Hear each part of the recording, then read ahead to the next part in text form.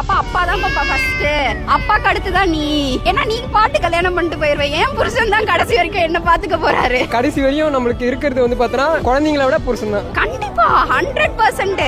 இவ பாட்டு கல்யாணம் பண்ணிட்டு போயிருவா, பையனா இருந்தாலும் கல்யாணம் பண்ணிட்டு அவன் பொண்டாட்டி கூட்டிட்டு போயிருவா. யார் நம்மள கடைசி வரைக்கும் வச்சுப்பா? நம்ம வீட்டுக்காரர் தான். அடிச்சாலும் முடிச்சாலும் அவரை விட்டா எனக்கு வேற யாரு இருக்கா, என்ன விட்டா அவருக்கு வேற யாரு இருக்கா. அதை புரிஞ்சுட்டோம்னா லைஃப் நல்லா ஜாலியா போயிடும். எங்களுக்குள்ள வர சண்டையே கிடையாது.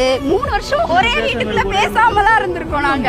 பக்கத்துல தான் இருப்பாங்க, அதுக்காக பிடிச்சி இப்படி தள்ளில ஒண்ணுமே கிடையாது, நார்மலா இருக்கும். எல்லாத்துக்குமே ஒரு ஸ்பேஸ் கொடுக்கணும். 3 வருஷம் பேசாம இருந்தேன்னு சொன்னீங்க சண்டையில, அது ஈகோனால தான். ஈகோலாம் இல்ல, தெரிஞ்சதா 2 பேரும் பேசாம இருந்தாங்க. பேசினா அடிச்சுப்போம் 2 பேரும். அதை அடிச்சுக்காம இருக்கணும்னா கொஞ்சம் பேசாம இருந்து ஸ்பேஸ் கொடுத்து பாருங்க, ஆட்டோமேட்டிக்கா கொடுத்ததுக்கு அப்புறம் என்ன புரிஞ்சுது உங்களுக்கு? இதே ஸ்பேஸை எல்லா டைமும் கொடுக்க முடியாது, ரொம்ப லாங் அது. இப்போ வரல அப்ப நம்ம உண்மையாவே மாறிட்டோம்ல, மெச்சூர் ஆயிட்டோம்ல நம்ம 2 பேரும் அப்படின்ற அளவுக்கு நாங்க வந்துட்டோம். அப்பதான் தெரிஞ்சிச்சு 2 பேருக்கும் 2 பேர் எவ்வளவு இம்பார்ட்டன்ட்.